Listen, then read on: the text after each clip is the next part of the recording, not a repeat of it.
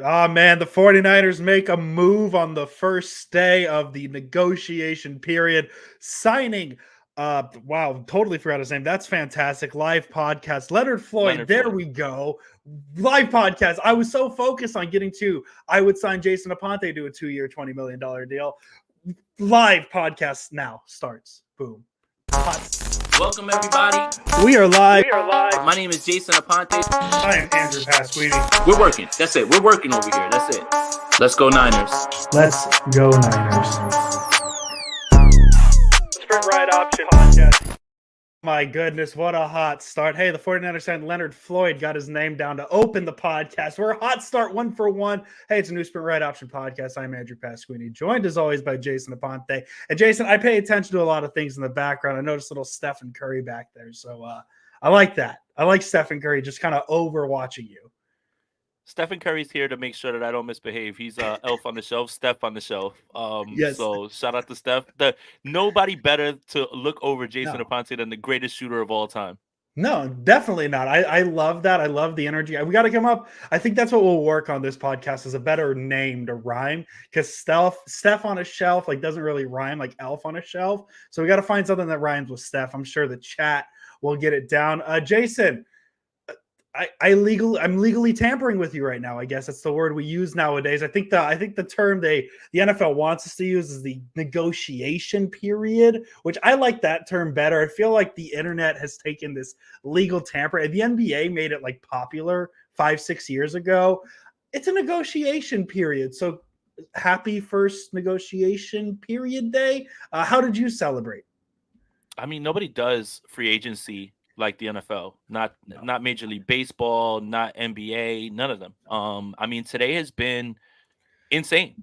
But we should backtrack to yesterday's really big news and how that kind of affects the landscape of the 49ers. And it started off with a bang yesterday by finding out that Eric Armstead decided to be a free agent. I don't know what goes into deciding in being a free agent because like I decided at some point that Rihanna was my girlfriend, but it never worked out that way. Eric Armstead decided to be a free agent, and I don't know how that works. Well, you're actually starting with a bang too late because there was an even bigger bang before that. Yes, I'm talking about the Colton McKivitz 1-year, $7 million extension. He's back, ladies and gentlemen. That $65 million or 65% guaranteed money. He's back. But yes, obviously, let's start. It's hard this time of year because there's so much news, right? And I think Leonard Floyd would be the smart place to start, but it's hard not to start with Eric Armstead because nothing's been official yet. The Niners haven't officially released him. So we're going to say this is unofficially the first Sprint Red Option podcast episode where Eric Armstead is unofficially not a member of the San Francisco 49ers. So let's start with that. I think that's really the biggest news. I don't know if I am surprised by it because it kind of felt like as Sunday night progressed, there was kind of whispers of, hey, the Niners might have to make some uncomfortable decisions. Kyle Juszczyk has been one of those names. I'm sure we'll touch on that name in a little bit, where it's like, hey, the Niners have to ask these guys to take pay cuts. Juszczyk's been mentioned. Fred Warner took a restructure. We saw that come out. Unfortunately, with restructures, there's two sides to it. The Niners offer a number, player has to accept. Eric Armstead did not accept whatever number was thrown out there. The 49ers are moving on from him. It was a surprise to a lot. I think if you were chronically online like I am, the later we got on into Sunday night, the less surprising it became. But I think if you checked your phone Sunday morning, put it down, checked it Sunday night, you'd be shocked by the Eric Armstead news. So Jason, before we really discuss what this means for not just this week, but the 2024 Niners and beyond, thoughts on Eric Armstead, the player, the person, just kind of who he was to the 49ers. I think that would be the best play because it is the longest tenured 49er, right? Like it's not often you see a longest tenured player cut or released or was allowed to be a free agent or whatever the hell terminology we're using. So let's start there. Let's start with Eric Armstead, kind of who he was as a Niner. Jason Aponte's. No, thank you. Obviously, it's thank you, Eric Armstead, and his impact goes further than stats. And I cannot stand when people bring up the stats and don't realize the impact that Eric Armstead had on that defensive line when he was there. Obviously, the injuries are something that you can complain about. I guess, guys get injured all the time. It's a physical game. But when Eric Armstead was there was no doubt an increase in the defensive line, right? And I think that's the first place that we should start when it comes to that. It goes further than a box score. I hate to be one of those guys, like watch the game, watch the impact, but it is absolutely there. That's absolutely one of those guys. And also, I think we need to start listening to Mike Silver. We need to start listening to Mike Silver. Everything that kind of Mike Silver's putting out there, and it's been that way for a while, even when we disagreed with the Trey Lance, arm thing, whatever. But Mike Silver literally lined out and said his name, and that's your first indication that something was going on. And then obviously later in the day, you find out that it was. Eric Armstead was always a candidate for this because of his post-June 1 designation. And I think that's the part where people are a little confused. If he was released right now, there's really no savings and it doesn't do anything. If you designate him post-June 1st, you get the dead cap of 10 million, but you get a cap savings of 18. Factor that in with the fact that Fred Warner just restructured. They obviously asked Kyle Juszczyk to do that. We'll talk about that in a little bit. But I just want to say thank you to Eric Armstead. Not only a great person, but his impact on the field goes farther than the stats. I cannot stand when people bring up the stats and they're like, oh, these sacks and what. There are reasons that guys get sacks, and it's because Eric Armstead is literally moving the pocket and pushing him. Drake Jackson owes him 1.5, if not 2, of his sacks on opening day against Pittsburgh. And I think, again, at some point, and I see Brett saying it, at some point, we have to start watching the games. We have to start watching how the pocket moves, and the impact comes from those things. We're big pressures over sacks guys, but you do have to finish. But there were a lot of guys who finished based on the fact that Eric Armstead was moving guys, and he was – and did we forget in the Super Bowl, 6 pressures, 1 sack? Yeah. He was a dog in that game, and he had the foot injury. For me, it's just I want to say thank you. I'll always remember, and it's just crazy that the last holdover from Harbaugh and Balky, it was him and Jimmy Ward. Now they're gone, and now it feels like an end of an era, so to speak. Yeah, and I think from the Sacramento standpoint as well, Eric Armstead's done a lot of great charitable things for Sacramento. He's always been nominated for the Walter Payton Man of the Year award. All that. So I want to shout out that. Yes, breaking news. Is it the Rappaport tweet? Oh, Jacoby Brissett is now quarterback in New England. They're definitely going to draft a quarterback, but they definitely can start Jacoby Brissett. So Jacoby Brissett will be there. I thought you were maybe mentioning the Rappaport tweet that came out 2 minutes ago. Full story on the Falcons landing quarterback Kirk Cousins, leaving Minnesota looking for a new quarterback. Sam Darnold and Jimmy Garoppolo are among their options. So 2 names, Niner fans. Didn't mean to get into the Armstead tie into that, but yes, breaking news: Brissett to the Patriots. Things are moving. Hopefully, we have a Niners breaking news at some point here in the next 45-ish minutes to an hour. But yeah, Eric Armstead, man, Jason, you hit it right on the head, man. It's a lot of people would look at box scores and see, 0 sack, but just not understanding who he was on the defensive line. He always felt like a run game anchor who could pass rush a little bit.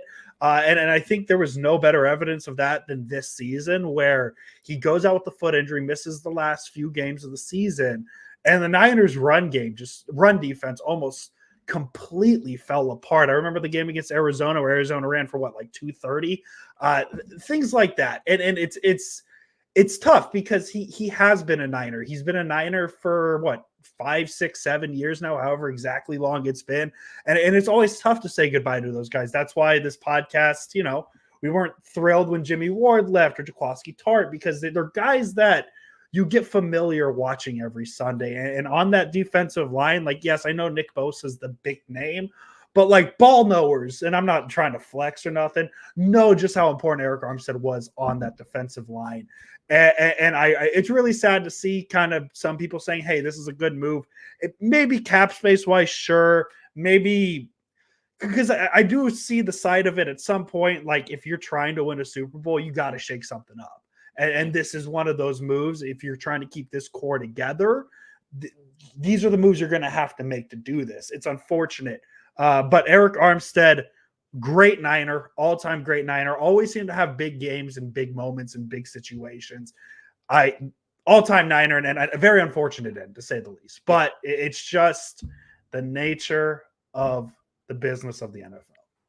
Yeah, and it does signify a little bit of a shift in philosophy and keeping yourself flexible, right? I think the 49ers have found themselves in a position where you are paying two premium defensive tackles on top of paying Nick Bosa and trying to figure out the other edge position, which leads us to Leonard Floyd. But now I think the 49ers are going to be intent on really giving Nick Bosa a running mate on the other side that's consistent, that's someone that they can develop and keep and hopefully cheap. And I think they may address it in the draft, and you can find someone who is going to be steady in that position and just needs to play a bunch of games, and then you can kind of piece it together from there. It's not me trying to diminish who Eric Armstead is. It's the philosophy shift. And you start to look around at some of these defensive tackles. Obviously, everyone's floating out DJ Jones. I think Quentin Jefferson is a phenomenal pickup. I think that's somebody at 30 that you can use rotationally. I think this signifies the fact that Javon Kinlaw is coming back. I think you're looking at a rotation now at defensive tackle, and based on this Leonard Floyd signing, it's going to be a rotation on the other side. But when you allocate that amount of money, and I think we can all agree this 49ers defensive line, and this is no fault of Eric Armstead, it underwhelmed this season. It absolutely underwhelmed. When you're looking at what you've invested and you've allocated to the defensive line and the production you got, I think anybody would say that they underwhelmed. And it has nothing to do with the fact that Eric Armstead isn't a good player. He missed games. I think that's definitely there. But it does show you that there is a little bit possibly of a philosophy shift in how the 49ers are going to build this defense. And it might signify what we've been talking about might be cornerback at this time, right? Like you're going to go out and you're going to get yourself another stud corner. You're going to find a defensive tackle, whether it's DJ Jones, Quentin Jefferson, whatever your rotation. Javon Kinlaw is going to be in there. Kevin Gibbons is going to be in the mix. I think all those guys are going to be in the mix, but you're still finding a way to change things. The definition of insanity is doing the same thing over and over. And I think what a lot of people are pointing to, and I think this is a very good point, during the Super Bowl, defensive line guys, they get held and nothing happens. If you don't have coverage on the back end and you're not able to cover, that's going to be a little bit of a difference. So I do think that there is a little bit of a change based on the fact that, one, the 49ers were definitely going out there and all of their defensive coordinator candidates were all had background with the secondary. Two, they met with a bunch of guys at the combine about at cornerback. So there is the idea that there is a little bit of a shift change, and it only starts with a guy that you can save the most money with. Now it just comes down to whether this is a savings right now or post June 1. Post June 1 would be best case scenario, but we're still waiting for that. Some breaking news again. First by Jordan Schultz, Adam Schefter and Fowler have picked it up. Seahawks are closing in on a deal with Leonard Williams. They're going to bring back their defensive tackle. So more defensive tackle news in the NFC West. Niners lose their defensive tackle. Seahawks keeping theirs. So you already mentioned it, Jason. Let's now pivot on to the big news of today. Niners sign defensive end Leonard Floyd, a 2-year, $20 million deal. I like it. Like I think there's two ways to look at this move. And I think there's one way you could look at it of I like this move, and I think there's a way of looking at it as I don't like this move. In a vacuum, I really like this move. This is an upgrade over last season. It is like no other way around it. Josh Dubow of AP had a tweet. 3 players have 9+ sacks in each of the last 4 seasons. Leonard Floyd, Myles Garrett, and Hassan Riddick. Those are 2 guys you want to be mentioned with. It's easily, you got to realize the Niners 0 for 3 on replacing edge rushers last season. 0 for 3. Cleveland Farrell, swing and a miss. Randy Gregory, swing and a miss. Chase Young, probably a swing and a miss. Let's see. Maybe he resigns and we see what the future holds for us. But what this does is solidifies that spot. I think I mentioned it last week in a Niners Nation article, the sack numbers for second edge rushers on the 49ers. Guy Haberman had a video today explaining that. Let's just say they haven't had a pass rusher not named Nick Bosa get 9 sacks in a long time. So that's where I think this is a very good move. So Jason, before I go into why I'm kind of anti this move, I like this move, why I'm kind of anti this move, give me your thoughts. Give me why you like this move. Give me your kind of quick thoughts on that move. I think again, this number that you're looking at, 2 for 20, and whatever it is guaranteed up front, I think it scared a lot of 49er fans into believing this is it. This is the end all be all. But I think that when you look at those numbers, it means there's more to come and he'll Mhm. be a part of a rotation. I don't think the 49ers are all the way done on Drake Jackson, but I do think that they don't believe that he's good enough to just be out there the entire time. So you're Mhm. going to need a rotation. Let's face facts. The 49ers have been trying to find a running mate for Nick Bosa since D Ford left. And Mhm. make your jokes about whatever D Ford, left on the table or took from the 49ers. When he was there, that turbo package, and obviously DeForest Buckner was there, that turbo package is something they've been trying to replicate over and over. They tried it, with Cleveland Farrell wouldn't be that, but trading for Chase Young, drafting Drake Jackson, like those moves. And then again, Omenihu Bald, Ebukam Hoop when he was here. All of these guys, Arden Key, like all these guys have played well while they're there, but they're still Mhm. chasing what they had in 2019. Now, what this signifies to me is it's a veteran guy that won't play every single down. This is obviously a situational pass rusher, and I've got numbers to back up my facts. I know people have been arguing with me all day because one site says 10 and a half sacks, PFF is giving him 12. I'm just going to go with what PFF says, but I want to highlight the point and I want to make sure that we understand that this is a situational pass rusher move. This isn't somebody who's going to play every single down. In 389 snaps as a pass rusher, 41 total pressures, 12 sacks, 7 hits, 22 hurries. When you compare that to his every down status the last 3 years with the Rams, right? So 41 total pressures and 389 pass rushing snaps. Mhm. 481 pass rushing snaps in 2022. He only had 13 more pressures. That is almost 100 more. So he had 13 more in 100 and he had 9 sacks. Then in 2021, 518 pass rushing snaps, 12 sacks, and 58 total pressures. 2020, 11 sacks on 494. So that screams to me situational pass rusher, someone who is going to be on the field in obvious passing downs, Mhm. not an every down player, which means Cleveland Farrell's obviously in their plans to bring back because he is a guy Mhm. who can stuff the run on the edge and he'll be there on base downs. When it's time for situational pass rushing, that's what Leonard Floyd is. That's what that contract implies to me. And it also implies to me that it doesn't stop the 49ers from being in the draft, getting a guy, trading up, which is completely possible. You Yes. have 10 picks. You don't need all of them. You can't sign all of them. Move up from 31, identify a guy, get your rotation right. And I think that's kind of where they are. Yeah, and that's absolutely. I love all of that, and I think the rotation guy that we haven't mentioned yet. Jason, tell me if I'm wrong. I am all but convinced Joey Bosa is going to be a 49er. Well, they I have till they could. Friday. They have till Friday until he gets a roster bonus on Friday. Mhm. So Yeah, it's up so to them. we'll find out where he's at. It sounds like he's either going to get traded or released. I think if he gets cut and the Niners have a chance at him, from what I understand, he would love to play for the Niners. He would love to play for Nick Bosa. So I don't think that it's going to be a money situation to bring in a Joey Bosa. Floyd better than Cassis Marsh. Yeah, yeah, I like that. I like Hines just He breaking just might down not have a better simply. celebration. He don't Yes, have a better celebration. I like. um, but where I don't like it, and this is my only gripe, is, and maybe this is an Andrew Pasquini issue than it is a 49ers issue, is you see these names that are being floated out there. Danielle Hunter was a big name that Silver and Tim Kawakami kind of floated. Brian Burns, it's Brad Graham. We love Brad Graham. Names like Done. that.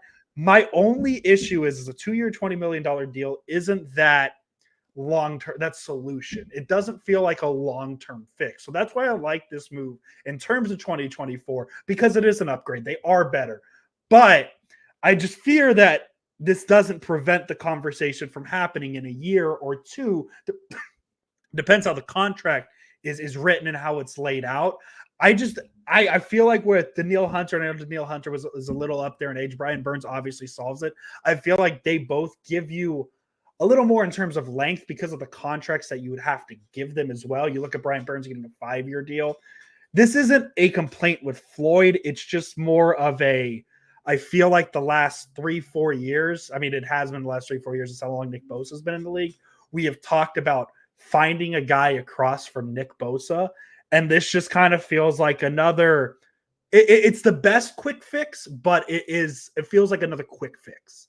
And that's a concern for beyond this season. I know we're focused on 2024, that this is a great signing for 2024. It's just not that fix I was hoping for, that permanent fix. Yeah, and I think that's very fair. And I think that's where a lot of people who are hesitant about this were looking at what Mike Silver said, and he's talking about Daniil Hunter. And I think we all see him out there. And then you see the amount of money that they can clear up with Armstead. You can see the amount of money that they restructured with Fred Warner. By the way, the fact that he's signed for $20 million doesn't mean that he's a $20 million cap hit. Yes. I'm not great with the cap, but I know for a fact that that's not true. So it has to be kind of taken in context and thinking about this. And I think the 49ers are doing safe things. And this is what I'm going to talk about with Colton McKivitz and kind of tie it back together.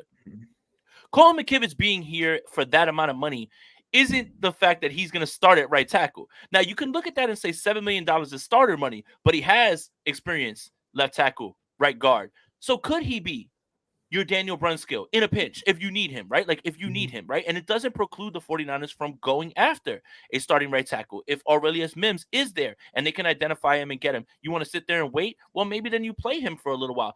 It's all of these things are done not only to insulate the 49ers, and I hate to sound like, everything is great, like one of those guys that like, oh, everything's awesome, but I see the vision. You're insulating yourself just in case. You're insulating yourself in case there's injuries or fall off in play. You still need bodies, and you still need bodies for guys who are going to be productive. And I think, again, when you're looking at the 49ers, they're doing everything they can to remain flexible, just absolutely flexible within the draft, within free agency. If you can address things in free agency, then it completely changes your draft. Let's talk about breaking news. Ian Rappaport just tweeted, more edge help. The 49ers are signing Panthers free agent defensive end Yetur Gross-Matos to a 2-year deal worth $18 million. Jason, I'm going to hand up here. Not in my book. Rotation. This is exactly what we just said. We literally just said this. Gross-Matos, Leonard Floyd, Drake Jackson, welcome to the rotation. Rotation. None of these things are going to be like 100% stopgap. It's a rotation. And that's literally before we even got on here, we found out about that. This is going to be a rotation. They figured that they can find a way, keep fresh legs on there, and that means Cleveland Farrell's probably coming back, right? I think right now it's all rotation. I'm glad that this happened right here because it only nails the point that we were talking about. Rotation. And that's what it's going to be at the edge position. That's what it's going to be at the other DT position. But if you can find that perfect balance and again, this isn't me telling you everything's going to work out. This is the perfect strategy. This is me seeing the vision and seeing what they're going through and what they're going to look at. And this is how I'm rationalizing it because there's no other way to rationalize it. Everything is going to – Cleveland Farrell's going to pitch in. Drake Jackson's going to pitch in. Gross-Matos is going to pitch in. And so is Leonard Floyd. Rotation at the edge. I think that's perfect. Yetur Gross-Matos. He was a second-round pick in the 2020 NFL Draft. 4 seasons with the Carolina Panthers, 13 sacks. 79 total pressures. He's racked about 2,000 total snaps, 1,100 pass rush, 860 run defense.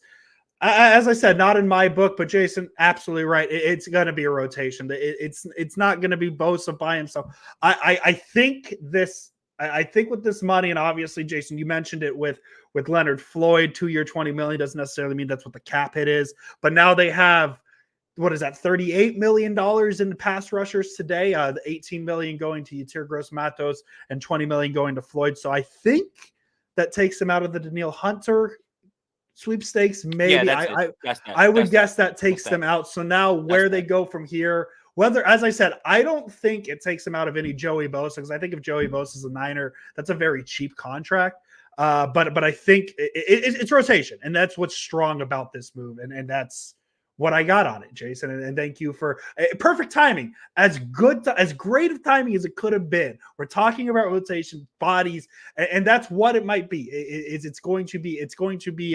What's the saying? We're really good with sayings on this podcast, Jason. The force of many is stronger than the force of one. I don't know. I think I made that up. That's perfect. Oh man, that sounds amazing. It sounds like a saying. But again, all of these moves need to be contextualized. They need to be contextualized in when you look at that Leonard Floyd deal, nothing about that screamed one and done. That's it. That's your guy. He's going to be every down. Everything feels like they're building up again that defensive line, right? And they're trying to find guys that they're identifying their traits. And Gross-Matos getting a 2-year deal for $18 million, again, rotation. And I think again, the rotation isn't as I think I'll say this. Floyd and Gross-Matos don't feel like almost like reclamation projects with O'Menahue and and Cleveland Farrell. Like I don't think Morning that key. feels like that. I think these are still impact guys right now, and especially when you're rotating them. And again, Leonard Floyd is just a situational pass rusher at this point in his career. He is only 31. I had it really mistaken that it was 33. But again, all of this is like stockpiling the defensive line. That's it. Like continuing because you do need bodies at this point. Again, I believe that Javon Kinlaw is coming back. I believe Kevin Givens is coming back. I think you're able to get all these guys here. But as far as that edge position, they aren't looking at it as, well, it's a one and done thing, or we're going to rely on one guy from the draft, right, to do this. You do need a bevy of bodies to get this done. And it still doesn't preclude the 49ers from going after an edge guy if they identify one early on. It just means that they don't have to rely on him right away, even though I feel like this is a draft where the 49ers have to get guys that will be day one contributors. Not next year, not down the line, not developmental. You've got to stop with that right now, because the reason that you're in this position is the last 2 years you've been taking guys that are a year away, 2 years away. Oh, he needs a little bit of, like, you have to try to identify guys, and I know that's easier said than done, but you have to identify guys right now that can help this team for cheap and be impact players for cheap, because now this is why you found yourself in the position that you have. Mayoko just tweeted that 6'5", 265 pounds. The football guy in me gets pretty excited by those numbers. 6'5", 265. Yeah. Ooh, I like that. Jason, Leonard Floyd, I think we've come to a consensus. It's a pretty good deal. As I said, I don't like what it does at the position just because feels like a rotating door. We've talked Eric Armstead. We have talked Colton McKivitz a little bit. Ooh, Brandon Allen. Niners have a QB2. Ian Rappaport, be serious. Can you be serious for once in your life? I think an excellent presence in the room. Can you be serious? That's such backup quarterback talk. Like, oh man, he's not going to help on the field, but he's going to be great in the locker room. No, I think that puts away the QB2 talk.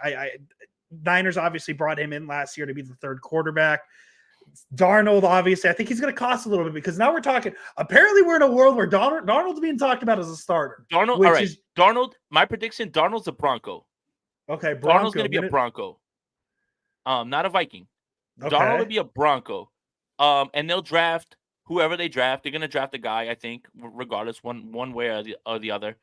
But if we want to have some fun, let's have some fun, Andrew Pasquini, because I love fun. Minnesota, stop playing and go get Trey Lance. Oh, just let it happen and draft Michael Penix behind him. Just go for it, because the only two quarterbacks on Minnesota's roster are Jaron Hall and Nick Mullins. You might as well take a shot with Trey Lance and Michael Penix, because you can get Penix in the second round and just see what happens with Trey Lance. He's a Minnesota boy. What about Jameis throwing bombs to Justin Jefferson up there in Minnesota? Ooh, that would be great for fantasy. Be fantastic for fantasy. They're not going to win a lot of games, but they'd win a lot of fantasy games for people. That would be a very bad team up in Minnesota, but I would watch them every week. It would be scheduled Sunday ticket watching. Jason, let's see where we go from here, because a lot happened today, so I want to make sure we get it all. Oh, hey, I mistakenly said in my Niners Nation article last week that the Niners had already put a second round tender on Juwan Jennings. Got a little lucky with that one, because that's what they did today. Niners put a second round tender on Jennings. He's a restricted free agent. Essentially what it means is a team can sign Juwan Jennings to whatever contract their little heart desires. The 49ers will have the option to either match said contract, which I guess they would do unless they just get a gross contract offer that they did not expect, or Niners can let him walk for a second round tender. We're going to take this question here real quick from Gavin. Thank you for the donation. I want Beal to follow Lloyd around like a loyal dog, a guy who makes a slender frame work, and Beal is in the same boat. Absolutely. I just mentioned 6'5", 265. That's a lot of meat to be thrown around. I like that idea. Definitely. Yeah, no, I mean with Beal, I think again he was drafted with the idea of being like around for the next season. And Leonard Floyd's a pro's pro. One thing that we're not talking about with Leonard Floyd also is he doesn't miss games. He doesn't miss Yeah, games, and he's gonna be around the entire time. And I think that's thank you. another thing. It's like when you're talking about 2 years, $20 million for a guy who hasn't missed a Thank game you. in like the last 4 years, when the 49ers have been trying to piece things together injury through injury. How is this not even feeling better Mhm, for you as the more you think about it? It's not the mhm, sexy name like Danielle Hunter, but Danielle Hunter's an every down guy. This guy is a rotational guy, but he doesn't miss games, and he's gonna take less snaps. And again, we have another one from Gavin. Gross-Matos always ends up on the 49ers in my fantasy drafts and once put up 32 sacks. I'm NFL guessing he's sack talking record Matt. holding this year I love it. confirmed. I love it. I I love love it. the We're Matos gonna one. He got 20 save this. So touchdowns. when Gross-Matos, honestly, if we're talking about Gross-Matos as like a possible replacement of Nick Bosa, like after this year, 10 out of 10 signing. We love it. Yeah, you told I have the note down here, forgot to mention it. 67 games for Floyd the last 4 seasons.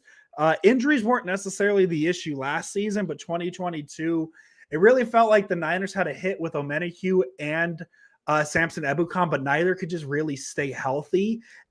Huge. That's huge. And that's another reason to really, really like this move is that he's healthy. He stays healthy. He plays games.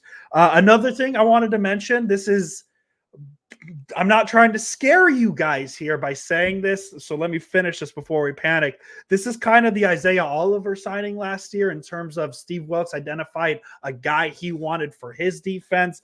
Hey, I know it's not Brandon Staley's defense, technically assistant head coach, but Brandon Staley was the DC for the Rams when Floyd was there in 2020. And hey, Floyd just happened to have a career high 10 and a half sacks in 2020 under Brandon Staley. He happened to match that number last season with the Buffalo Bills at 10 and a half sacks. A lot of reasons this is a great signing. So I don't want people to take my negativity in terms of what it means beyond 2024. I think the 49ers, you ready for this, Jason, are closer to winning a Super Bowl today than they were yesterday at this point. And that's what this offseason should be about. Yeah, and it's March 11th. Okay. Yes. And free agency Yes. can put you in a spot where now your draft looks different. Your draft looks completely different. So the Packers signed Josh Jacobs. Regardless if you think it's an overpay or not, now everyone was mocking running backs to them. Now they don't have to do that. They can really load this roster up. They added Xavier McKinney. Like again, when everyone's doing mock drafts at the end of February, right, or during the combine, you're forgetting that this period has to happen. And when it does, it changes things. It doesn't stop the 49ers from going after a premium edge if they find one at the right spot and they're able to trade up because they have all those comp picks. But needs become far clearer when you've cleared up needs in free agency. And I think, again, when everyone's just screaming O-line, O-line, O-line, O-line, what O-line were you going to get? I wanted it on when you. Did you see that bag he just got? Did you see the bag that every single guard is getting right now at this point?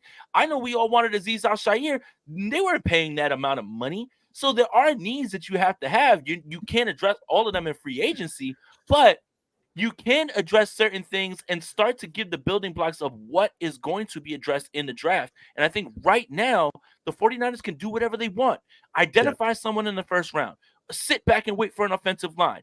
Let someone trade up to 31 so they can get Michael Penix. I saw that in the chat. I think that's a great idea. All of these things are on the table, and that ultimate flexibility is exactly what you want to be. You don't want to be pigeonholed. You don't want to draft for need. It's always best player available, best situation available, and the 49ers have themselves in that spot. Now, does it work? I don't know, but you want to be in this spot. And I think being pigeonholed and just saying, like, when you have pick 100, you have no picks in the first 2 rounds, you kind of just have to take, like, whoever it is that you need, right? Like, what you're looking for. Now, you don't have to do that. People will come to you. You can go to people. You can do whatever you want now. And I think that's what you really should be focused on right now with the way that the free agency has just started. By the way, it's just day one. There's going to be a ton of talent laying around, especially like as we go forward. And still look at this team and say, hey, 10 picks, you get to do whatever you want in the draft. And I think that's what's important. Yeah, and I've been floating, man. Here's something too. The Niners just got awarded with five comp picks on yesterday, a couple days ago. Mhm. What about the Niners trading up? They could identify somebody they really like and I maybe think they use should some. do it. Yeah, because here's my thing. So I'm in the camp of offensive tackle at 31, right? Somebody who can, play right tackle. And there's a lot of names in this draft that are pretty good. Arizona Jordan Morgan, I believe that's the name. I don't have the names in front of me. I was Jordan free agent Morgan, line. Graham Barton, Aurelius Graham Mims. Barton. Like, I don't know if Mims is going to be around because people There, see there's a him as a lot of dog. there's a lot of good feeling names at 31. So the Niners can totally, but boy, you look at some of those names that could be available at like 14, 15, 16. Right. And it's who's the tackle out of Penn State, Jason? You have that off the top of your head as well. Oh my goodness, Olu. what's his name? I mean, the chat will tell you. I don't know how to pronounce it. Yeah, that's my issue. I see it in my head. Olu Fashanu. You can get him moving up into the middle first round. So yes, this is very fluent because I texted here, Jason. Here's a secret conversation between you and I on the internet. I texted KP on whatever day it was, maybe it was a couple days ago, and I said I think there's a multiverse that exists. I don't think we're in that multiverse, but there's a multiverse where the Niners take a linebacker at 31 just because maybe it's something that I don't think it's likely, but I can see a world where the Niners address tackle at free agency, address cornerback, and maybe they look at 31 and say, hey, there's this linebacker we really like. We don't know what Dre Greenlaw's looking like beyond this season. Let's shore that position up. So there's so many possibilities. Now, am I hoping that maybe the news of a Levante David, a Bobby Wagner, maybe even a Quan Alexander, we do need to draft another. Did you see Jimmy Garoppolo's suspension save the Niners from having the 99th pick again? Thanks a lot, Jimmy. Shout out Jimmy. Great thing he did. But we got the 100th pick, but we have to send it. I think we have to send it to Washington. Yeah, I think that's what it was. It was something weird like that. The comp picks are confusing, so I just wait till what the Niners tell me they're going to pick, and they changed so quickly. I think they were already in the formula of how many draft picks the 49ers thought they had, but they have to send one to Washington. That's why they don't have 11; they have 10. Yeah. Diana Rossini just tweeted, the Packers wanted Aaron Jones to take a 50% pay cut entering his final deal. The Minnesota Vikings are interested, so he's such a cowboy. I saw Derrick Henry tied to the Cowboys. That's an interesting one. Derrick Henry to Baltimore. Derrick Henry to Baltimore feels like the Gus Bus back with Greg Roman. Yes. I thought the best fit for free agency this season was Cousins to Atlanta. I think that just feels like a great fit, but something about Derrick Henry to Baltimore just feels. Think about that. Think about an RPO with Lamar Jackson, the ball's in his belly, and he just takes it out and he just goes, "Hey, I'm going this way," and oh no, wait, I'm just gonna hand it to him. It's chaos. It's absolute chaos. Charlie Warner, Jason Aponte. Charlie Warner signs. I'm just running down my notes, see what I got. Charlie Warner signs a 3-year, $12 million deal with the Atlanta Falcons. I was listening to, oh man, everybody in the group chat's gonna yell. What's 49ers talk? Is that Mayoko and JLC's?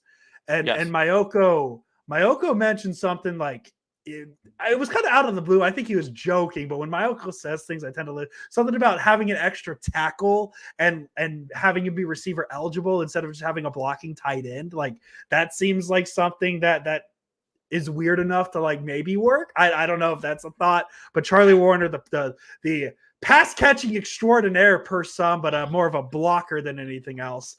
Charlie Warner signs with the Atlanta Falcons. I think my reaction on that was I didn't know he was a free agent. I put him in the Dante Johnson category. I thought he would just come back for nothing. He's just on the Niners. Charlie Warner's on the Niners. Would the 49ers were waiting for Charlie Warner to develop as a pass catcher. I've been waiting for Ambry Thomas to be a lockdown number one corner as well too. Look, all right, guys, look. I can still highlight the importance of Charlie Warner in this run game, right? I can still look at that contract and say you paying $4 million per year, $12 million over 3 years for someone who cannot catch the football and can only block is far too rich at this point. Now, the 49ers did draft 2 tight ends last season. Yes. Now, again, he's a redshirt season. He'll be here next year. Latu, Willis played. Nothing really happened. Again, you find yourself in this strange position where you need guys who can actually line up and be impact players day one in this draft, which makes this offseason so critical, which makes this draft so critical because the 49ers have been drafting guys that they say, well, not this year, next year. No, no, no, no, no, no, no.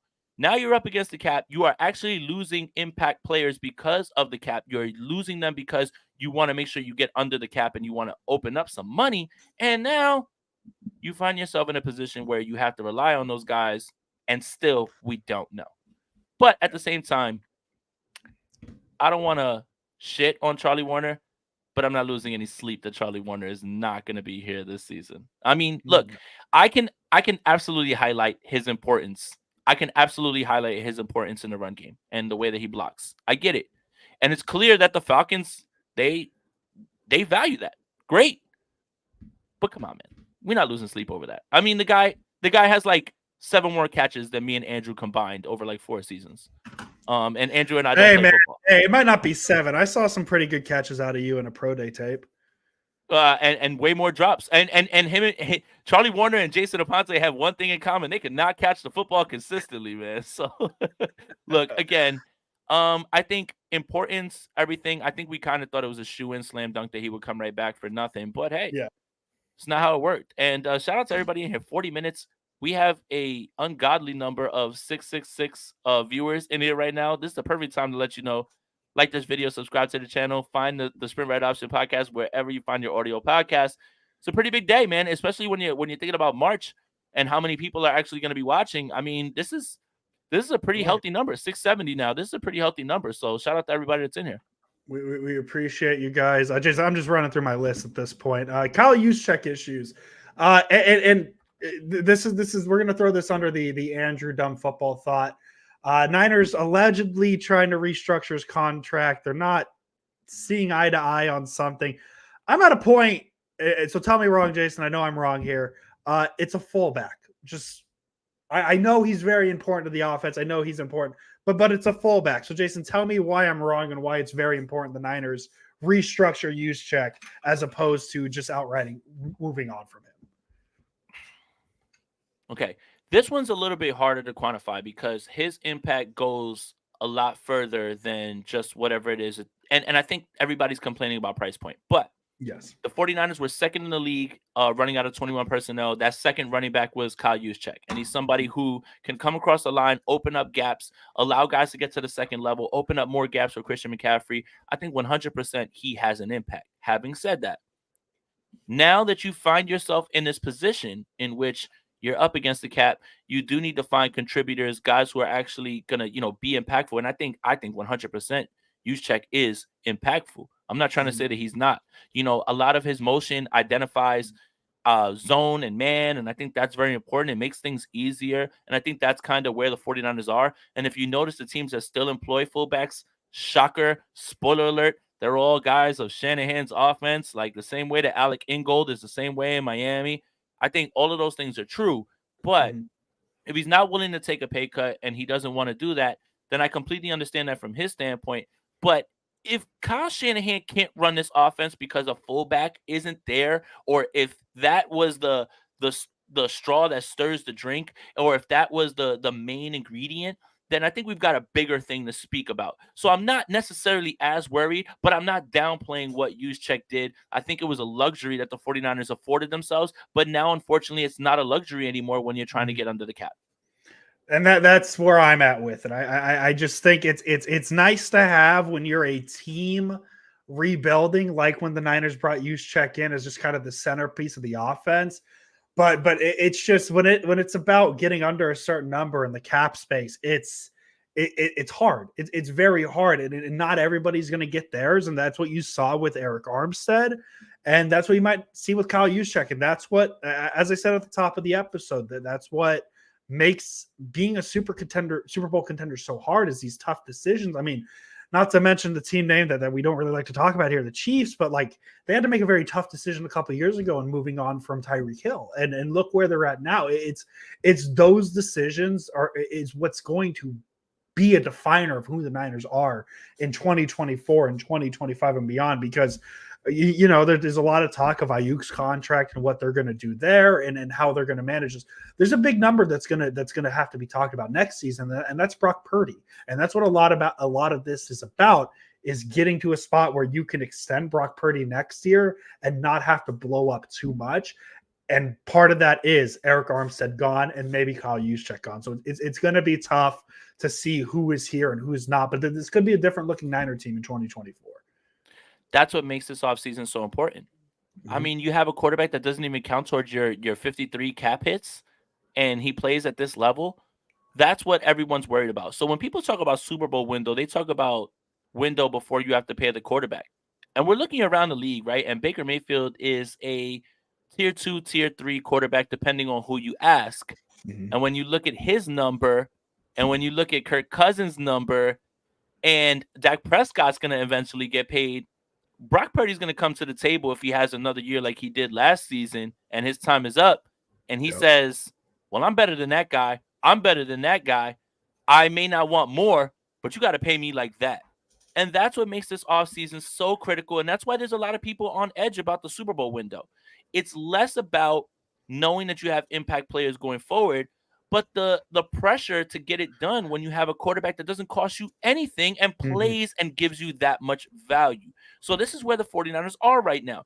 They're in a position where we have found ourselves a guy that has been able to operate this offense and do it efficiently and do it in a way that we haven't seen under Kyle Shanahan since Matt Ryan. But he's going to want to get paid, and he deserves to get paid if he continues this. So you have to find a way to keep this going right now and keep that window of we have a cheap quarterback and still have a stud team before it becomes we have to pay the going rate.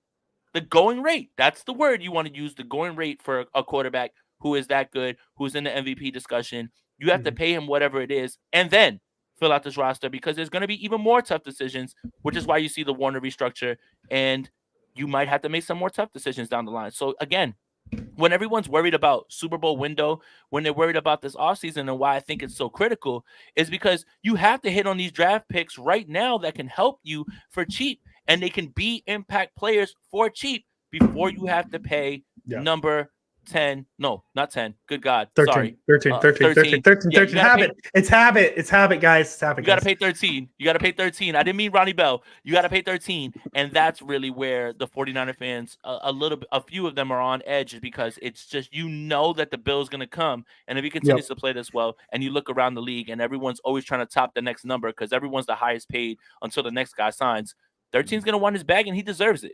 Mm-hmm.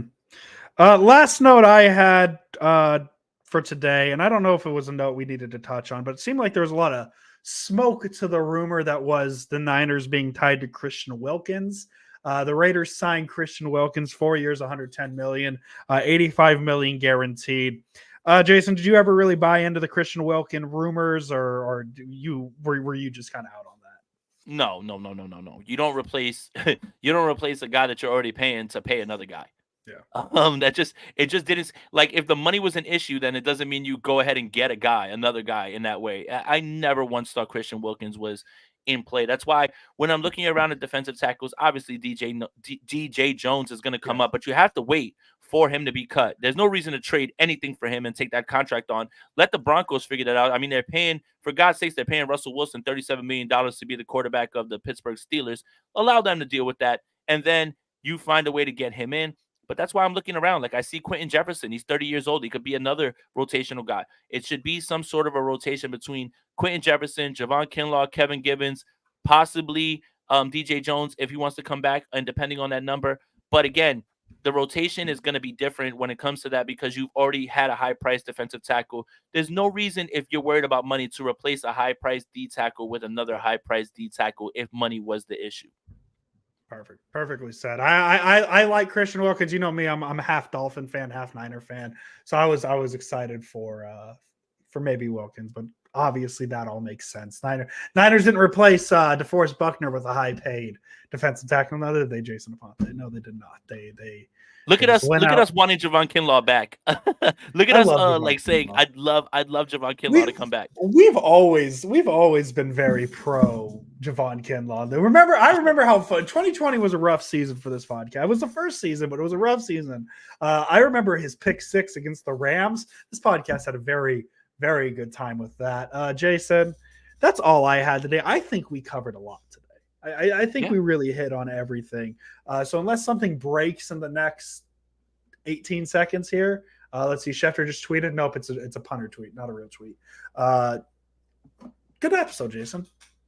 100%. 700 people in here, 50 minutes in. Make sure you guys like this video, subscribe to the channel, hit that notification bell for when we go live, and find the Sprint Right Option podcast wherever you get your audio podcast. But yeah, again, it's we've covered it all. Gross-Matos, Leonard Floyd, Eric Armstead, Charlie Warner, Brandon Allen, our steady quarterback too, the excellent presence in the quarterback room, as Ian Rappaport puts it. My God, I don't understand that one. But yes, look, it's getting closer and closer, and obviously today's day 1, and it's still 9:00 East Coast time, and there's still time for things to be done. But tomorrow, and you think about down the line, there's always going to be, when you look through the talent pool and you look through what's left, don't discount the 49ers. Also, last message, start listening to Mike Silver, man, because he's out here just nailing everything before it happens, man, 100%. So, yeah, shout out to all you guys, man. Thank you guys again for joining us. And, off-season contest tough, because when you really try to get to, like, draft prospects, some people really want to hear it. Some people don't want to hear it. So right now, free agency has given us a time where we can talk about this team and build this way before we get to the draft, which is at the end of next month. So, yeah, thank you guys again. Yeah, no, it's been fun, and who knows? I mean, there's still plenty of movement. Nothing's really official until, what is it, Wednesday at noon or 9 a.m. I guess my time. There could still be some players that we don't expect to hit the market to become available. So we'll see. Bruce, is Leonard Floyd our biggest deal, and that's it? I don't know if he's going to be the biggest deal. I think the Niners might have another surprise in them. It might be it for today, but it won't be it for free agency. And, again, Leonard Floyd's always going to be a rotational guy. What if the next big move is a cornerback, is, someone different, or a trade up? Again, big move, biggest deal. I guess if you're talking about in free agency, possibly could be this, but it doesn't mean that the 49ers aren't still maneuvering. And today's day 1. All right. I want to point this out to 49ers fans, because there were so many that were just like, what are they doing? When are they going to do something? Well, they've done a little something, right? And I talked to Giants fans, New York Giants fans today, and they're like, what have we done? We brought in John Runyon. What is this? And we signed Devin Singletary. Boom. A few minutes later, you end up with Brian Burns as your edge. Everything needs to be slowed down just a little bit. And I think when you start to see names flying off the board in other places, especially when the Eagles end up with Bryce Huff and Saquon Barkley, those are sexy names. Those are very sexy names. I get it. But don't let yourself get caught up in the fact that there are still guys to bring in. There's still guys that will contribute. There's still a ton of talent in this league, contextualized with the proper deal and their role on the team. And oh my God, Dusty Gold, don't you say that. No. Don't you say that. Because I have a feeling a running back is going to be brought into this team. Who it is, I don't know. But there's going to be a new running back. The 2 8s in the closet is waiting to get brought back out. Don't do this. Don't do this, because that will change everything. But again, guys, let's exercise some patience. There are still so many good football players out there right now. And there are still so many prospects that the 49ers can go get. Let's slow down a little bit. I understand that we're watching other teams play around and have a great time in free agency. That's great. But remember, the 49ers core is still tough. They still have premier players at every position, but it doesn't stop them from adding. And we may not be done with a splurge at this point. Yep. Hey, let's see what it is. Day 1, almost into the books. Oh, hang on. We got a Mayoko tweet. Source confirms that the Niners. Okay, so there we go. We got a confirmation on the Gross-Matos signing. But yeah, I love that they're confirming. I love that they're confirming the breaking news. And it almost feels like they're almost aggregating No, hey, don't do that. Don't do that. We like Mayoko here. I We love Matt love Mayoko, Mayoko. but We the love Matt Mayoko. aggregation and breaking news thing is really funny to me. There's a lot of gray areas. Yeah, and nobody on the gray 49ers areas. beat are the one breaking things right now. It's only Rappaport and Schefter, and then you've got to kind of come behind all that. It feels like the aggregation just a little bit. That's where we're ending it, Jason. Have you seen? Actually, no. I meant to ask you. Have you seen Ricky Stenicki yet? You should watch Ricky Stenicki. I want to watch it. I actually am rich enough to have Amazon Prime, so that feels good. I had to cancel something else to make sure I had it to like put it under the budget. But yeah, do you have Prime with ads or without ads? Without ads. What ads? What are we doing? The wealth of Jason Avante. What are we doing? Love it. Hey, Jason, it was fun. Let's see what happens the next 2 days. Maybe we'll be podcasting again Wednesday if something huge happens. Until then, we are looking forward to the next time we see you guys. Jason Aponte, as always. Let's go Niners. It's good to see you guys again. Hey, guys, we love each and every one of you. Let's have a good fun off season for 49ers fans. Huh? We love it. I just hope we all have fun. We all have fun, and we have a quarterback, so we will have fun. Welcome, everybody. We are live. My name is Jason Aponte. I am Andrew Pasquini. We're working. That's it. We're working over here. That's it. Let's go Niners. Let's go Niners.